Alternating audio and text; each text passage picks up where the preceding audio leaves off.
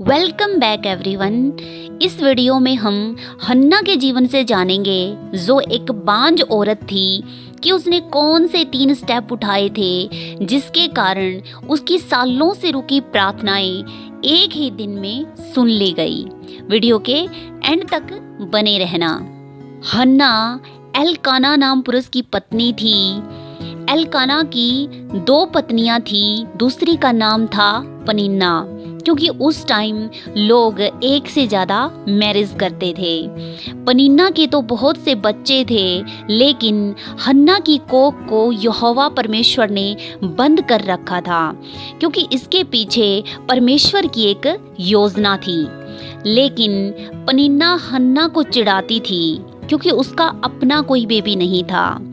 हन्ना रोती, उदास रहती, खाना छोड़ देती, अपने पति से झगड़ा करती, वो डिप्रेस हो चुकी थी।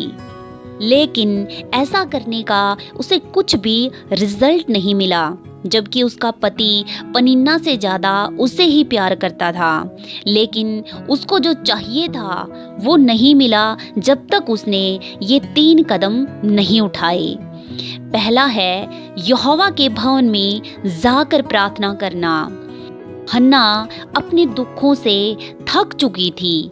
अब उसने डिसाइड किया कि वो यहोवा के भवन सीलो में जाकर सीरियस प्रेयर करेगी। उसने अपने दुखों के कारण अपने मन को परमेश्वर के सामने खोल दिया और प्रार्थना की। दूसरा स्टेप था परमेश्वर के साथ वाचा बांधना, यानी कि मन्नत।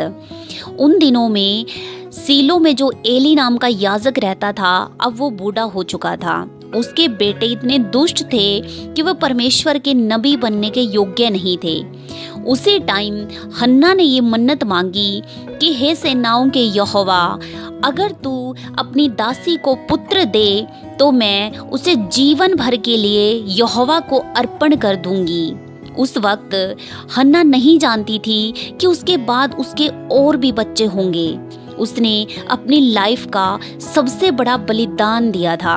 इस तरह यहोवा ने उसकी मन्नत को ग्रहण भी किया और उसे बेटा दिया, जिसका नाम हन्ना ने सैमुअल रखा, जो परमेश्वर का एक सच्चा नबी था। तीसरा स्टेप था अपने स्वभाव को बदलना। हन्ना ने इस प्रार्थना के बाद अपने नेचर को चेंज कर लिया था। वो अपनी लाइफ को अब बदल चुकी थी। इसके बाद ना वो रोई, ना दुखी हुई, ना उसने खाना छोड़ा और ना ही अपने पति के साथ उसने झगड़ा किया। उसकी लाइफ में अब बदलाव आ चुका था। अब हन्ना पनिन्ना के चिढ़ाने पर चिढ़ती भी नहीं थी, क्योंकि उसने विश्वास कर लिया था कि परमेश्वर ने उसकी प्रार्थना को सुन लिया है। इसी तरह परमेश्वर आज भी हमारी प्रार्थनाओं को सुनता है और उत्तर भी देता है, लेकिन वो ये देखता है कि हम प्रार्थना के उत्तर के लिए कितने सीरियस हैं, हम क्या स्टेप्स उठाते हैं, क्योंकि धरती पर अपने आप कुछ भी नहीं होता। वीडियो को एंड तक देखने के लिए धन्यवाद। परमेश्वर आपको आशीष दे। ऐसी ही वीडियो पाने के लिए हमारे चैनल आत्मिक प्रतिफल को सब्सक्राइब करना। God bless you all.